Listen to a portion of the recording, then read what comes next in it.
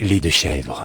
Dès qu'elles vont brouter, certain esprit de liberté leur fait chercher fortune, elles vont en voyage vers les endroits du pâturage les moins fréquentés des humains, là, s'il est quelques lieues sans route et sans chemin, un rocher, quelques monts pendant en précipice, c'est où ces dames vont promener leurs caprices. Rien ne peut arrêter cet animal grimpant.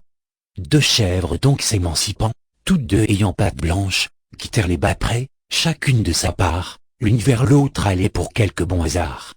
Un ruisseau se rencontre, et pour pont une planche. Deux belettes à peine auraient passé de front sur ce pont, d'ailleurs, l'onde rapide et le ruisseau profond devaient faire trembler de peur ces amazones. Malgré tant de dangers, l'une de ces personnes pose un pied sur la planche, et l'autre en fait autant. Je m'imagine voir, avec Louis le Grand, Philippe IV qui s'avance dans l'île de la Conférence. Ainsi s'avançaient pas à pas, nez à nez, nos aventurières, qui, toutes deux étant fort fières, vers le milieu du pont ne se voulurent pas l'une à l'autre céder. Elles avaient la gloire de compter dans leur race, à ce que dit l'histoire, l'une, certaine chèvre, au mérite sans pair, dont Polyphème fit présent à Galatée, et l'autre la chèvre à Maltais, par qui fut nourri Jupiter. Faute de reculer, leur chute fut commune, toutes deux tombèrent dans l'eau. Cet accident n'est pas nouveau dans le chemin de la fortune. À Monseigneur le duc de Bourgogne, qui avait demandé à Monsieur de La Fontaine une fable, qui fut nommée Le chat et la souris.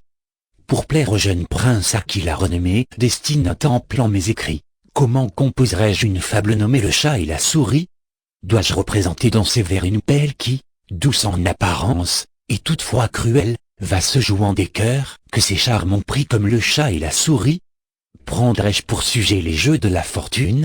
Rien ne lui convient mieux, et c'est chose commune que de lui voir traiter ceux qu'on croit ses amis comme le chat fait la souris. Introduirais-je un roi qu'entre ses favoris elle respecte seul, roi qui fixe sa roue, qui n'est point empêché d'un monde d'ennemis, et qui des plus puissants, quand il lui plaît, se joue comme le chat de la souris? Mais insensiblement, dans le tour que j'ai pris, mon dessein se rencontre, et, si je ne m'abuse, je pourrais tout gâter par de plus longs récits. Le jeune prince alors se jouerait de ma muse, comme le chat de la souris.